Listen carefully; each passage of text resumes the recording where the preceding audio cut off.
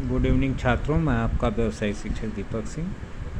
Paper 3 में basic electronics में आप कैपेसिटर क्या होता है, संधारित्र क्या होता है, इनके कितने प्रकार होते हैं और इनका कार्य क्या होता है, इसी से संबंधित और इनका संयोजन कैसे किया जाता है, ये एक क्वेश्चन इसमें से ज़रूर आते हैं।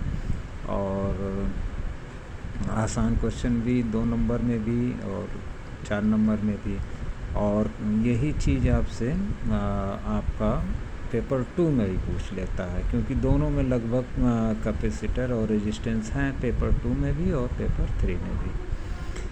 तो आइए समझते हैं कि संधारित्र क्या है और कैपेसिटर के, मान लीजिए अंग्रेजी में कैपेसिटर कह लें।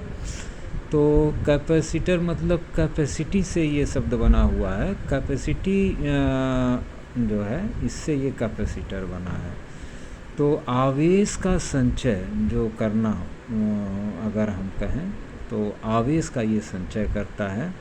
इसका प्रैक्टिकल एग्जाम्पल आप देख सकते हैं। आप टीवी जब बंद करते होंगे, पुरानी वाली टीवियों की मैं बात कर रहा हूँ, तो या नए में भी देख लें, तो बंद करेंगे तो उसमें कैपेसिटर जो है आपका, चूँकि चार्ज कर, मैंने बताया आवेश का संचय करता है ये, तो आवेश का संचय तो उसने कर लिया जब आप टीवी देख रहे हैं। और जब ऑफ़ करते हैं आप, तो आपको बीच में एक सफ़ेद बिंदु दिखाई देता होगा, और वहाँ पर कभी हाथ लगाएं बंद करने के बाद तो आपको करंट का झटका भी महसूस होता होगा। तो वो झटका इसलिए महसूस होता है कि जब आप बटन टीवी ऑफ़ करते हैं तो उस समय आपको ये जो है आवेश अपना डिस्चार्ज करता है। तो मतलब कैपेसिटर का काम ही हो गया आवेश का संचय करना, और फिर ज़रूरत ना होने पर उसको डिस्चार्ज करना। तो डिस्चार्जिंग पीरियड में इसके अगर आप टीवी को छुएंगे या कहीं भी लगा रहेगा तो वहाँ पर आपको एक हल्का डीसी झटका लग सकता है। तो ये जानकारी आप रखें। प्रतिरोध क्या है, संधारित्र क्या है, कई प्रकार के संधारित्र होते हैं। कुछ आप इलेक्ट्रोलाइटिक आपने देखा होगा, क्लास में सर्किट में भी लगे रहते हैं, प्लस माइनस बना रहता है डीसी सर्किट में।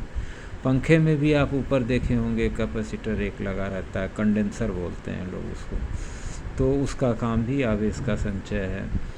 और वो एसी में काम करता है। डीसी के गैंग कैपेसिटर का एक अक्सर पूछ लेता है, गैंग कैपेसिटर क्या है। तो गैंग कैपेसिटर कुछ नहीं, जो आप रेडियो में आप सिग्नल पकड़ाते हैं घुमा के, जो है बनारस चाहे लखनऊ, तो वो फ्रीक्वेंसी को मैच करता है।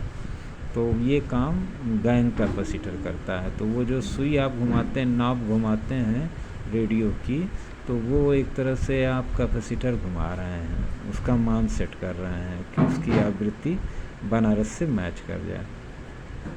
अब इसका हम दिखाते हैं इसको सी से, और मात्रक फैरड, जैसा कि मैंने आपको बताया कि इसका मात्रक वैसे सूत्र के हिसाब से देखें तो आवेश बटा वोल्ट, ये इसका सूत्र है। कूलाम प्रति वोल्ट इसका सूत्र है, लेकिन फैरड साहब ने खोजा था इसलिए इसका नाम फैरड रख दिया गया।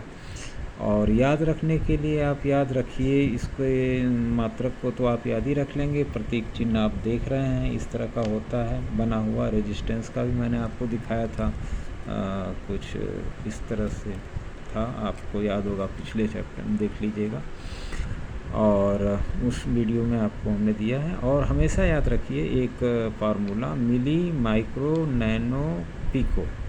तो मिली जब लगा रहे तो 10 घाते -3, तो मिली फैरड लिखा है या मिली वोल्ट लिखा है तो 10 घाते -3 मतलब बटा 1000, जितना भी वोल्ट है बटा 1000। और मिली के बाद मिली माइक्रो आ जाता है, तो माइक्रो मतलब 10 घाते 3 बढ़ाते जाइए -6। और नैनो, आजकल टाटा की नैनो गाड़ी भी देखते हैं आप, तो नैनो फैरड जो है आपका मतलब ये 10 घाते -9। और पिको फैरड, पिको होता है 10 घाते -12 फैरड के। तो ये आपका कैपेसिटर के बारे में एक बेसिक कॉन्सेप्ट आपके पास रहना चाहिए। कैपेसिटर क्या है, कंडेंसर जो ऊपर पंखे पे लगाए हैं आप, वो क्या है, वो कमज़ोर हो जाता है, उसकी भी लाइफ होती है। हर इक्विपमेंट उपकरण की लाइफ होती है, जिस तरह से आपके लीवर किडनी की लाइफ हो, तो उसी तरह से ये तो आपने बनाया है, इसलिए इसकी तो लाइफ फिक्स है। हर बल्ब की लाइफ घंटे में रहती है, इतने घंटे जलाएंगे उसके बाद उसको फ्यूज होना ही है। तो ये हर उपकरण की लाइफ है। संयोजन का मतलब है कि इनको जोड़ा कैसे जाता है। तो दो प्रकार से हम जोड़ लेते हैं, कैपेसिटर को भी और रेजिस्टेंस को भी। तो आप देखें, पहले इसको देख लेते हैं, फिर रेजिस्टेंस को भी देख लेंगे। अक्सर पूछता है कि आप संयोजन क्या होता है, कैसे जोड़ते हैं, सूत्र क्या है, या 3 ठो ऐसे जुड़े हैं तो उसका मान बताइए, तुल्य प्रतिरोध बताइए या तुल्य धारिता बताइए। तो ये संयोजन दो प्रकार का, यह बहुत आसान। देखिए, श्रेणी क्रम में सूत्र होता है 1/C बराबर 1/C1 C2 C3, 1 में ही डॉट डॉट डॉट जितना भी। मान लीजिए हमने ए लिया और इसमें 1 माइक्रोफैरड जोड़ दिया, फिर दूसरा जोड़ दिया, तीसरा जोड़ दिया, ये रेजिस्टेंस की तरह जोड़ा, हमने गलत जोड़ा है इसको। यहाँ पे ये इस तरह से दिखाना चाहिए हमको, इस तरह से ये दिखाना चाहिए, इस तरह से ये दिखना चाहिए, जैसा कि यहाँ पैरेलल में मैंने दिखाया भी है। खैर यहाँ गलती हो गई हमसे। तो ये आप इस तरह से दिखा के इसको, अगर ये जुड़ा हुआ है ए से बी तक, तो आप इसको जोड़ेंगे तो 1/C बराबर 1/1 धन 1/1 धन 1/1 धन 1/1, 4 ठो हैं तो 4 ऊपर वाले जुड़ जाएंगे, हर नीचे 1 रहेगा तो 4/1, तो 1/C बराबर 4/1। तो C का मान क्या हो गया, उल्टा कर देंगे, तिर्यक गुणा, तो 4 माइक्रोफैरड। अब समानांतर के लिए सूत्र देख लीजिए, C बराबर ये सीधे C1 + C2 + C3 dot dot dot है। अब समानांतर में जुड़ने का मतलब, श्रेणी में देखिए कब जुड़ता है, श्रेणी में आप ध्यान दीजिए, यहाँ धारा जो बहेगी वो धारा सब में बराबर जाएगी। तो जब धारा बराबर जा रही है सब में, तब समझ लीजिए कि श्रेणी में है। और जब देखिए यहीं से धारा बट जा रही है, कुछ इसमें जाएगी, कुछ इसमें जाएगी, कुछ इसमें जाएगी, यहाँ जाके सब एक हो जाएंगी, लेकिन 3 नदी 3 तरह से जाएंगी। तो ये चीज़ आपकी समानांतर में कही जाएगी, हमेशा याद रखिएगा सूत्र लगाते समय। तो C है, मैं आपको एक सवाल अभी बना के दिखाता हूँ यहीं पे, और करके भी दिखाता हूँ दोनों को मिला के। तो समांतर पहले समझिए, समांतर में मान लीजिए इस तरह से आपको मिला के दे दिया कि बताइए ए बी के बीच में एक तुल्य प्रतिरोध क्या, फैरड क्या लगा दिया जाए। वही सूत्र आपका 1C बराबर C1 + C2 है, ही है 1 + 1 + 1, तीनों ठोने लगा है, 3 माइक्रोफैरड लगा दीजिए साहब ए बी के बीच में, ये काम करेगा सर्किट इस तरह से। अब मान लीजिए दोनों को हम मिलाते हैं, तो अब देखिए दोनों को मिलाने के एक सवाल छोटा सा, थोड़ा वीडियो लंबा हो रहा है लेकिन फिर भी कोशिश करते हैं। ये देखिए, मान लीजिए एक ही माइक्रोफैरड इसलिए ले रहे हैं कि मान लीजिए गुणा भाग में आसानी रहेगा, और एक हमने यहाँ समानांतर में बना दिया। यहाँ आपका समानांतर में 1 माइक्रोफैरड का एक, और यहाँ समानांतर में ये 2 समानांतर में हो गए। फिर इसके आगे एक सीरीज में लगा दिया। अब यहाँ ए बी बना दिया। तो अब आप इसमें देखेंगे कि समानांतर और सीरीज दोनों आ जा रहे हैं। तो अब मान लीजिए 1 माइक्रोफैरड है ये, तो ये इसके पहले इसको सॉल्व करेंगे, ये दोनों सॉल्व हो जाएंगे तो इसके सीरीज में आ जाएंगे। तो इस तरह से आप इसको पहले देखिए, इसको C1 C2 मान लीजिए, तो ये समानांतर में है। तो समानांतर वाला सूत्र आपको हमने अभी बताया, ये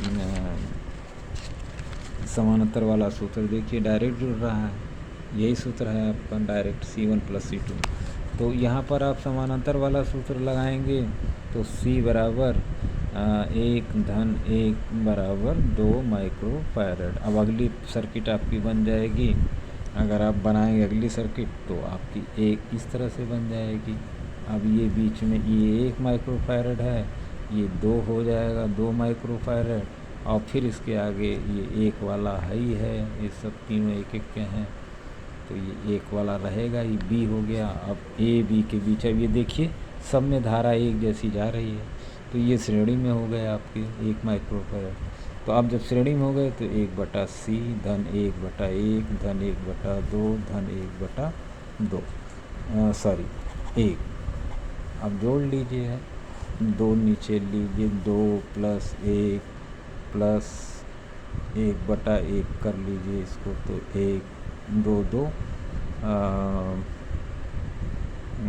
2 ये 1 ये 2 कर, ये भी 2 होगा, तो 2 2 4 1 5 हो गए, 5/2।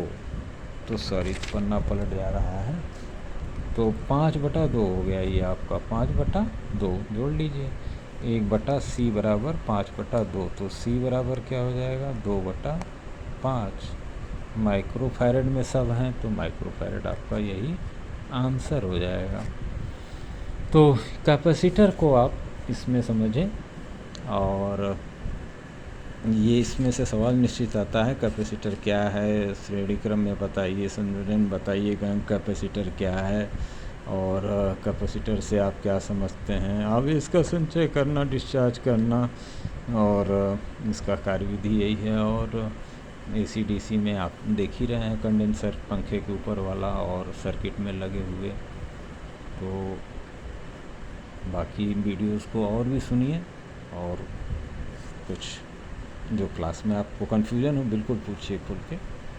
Many thanks.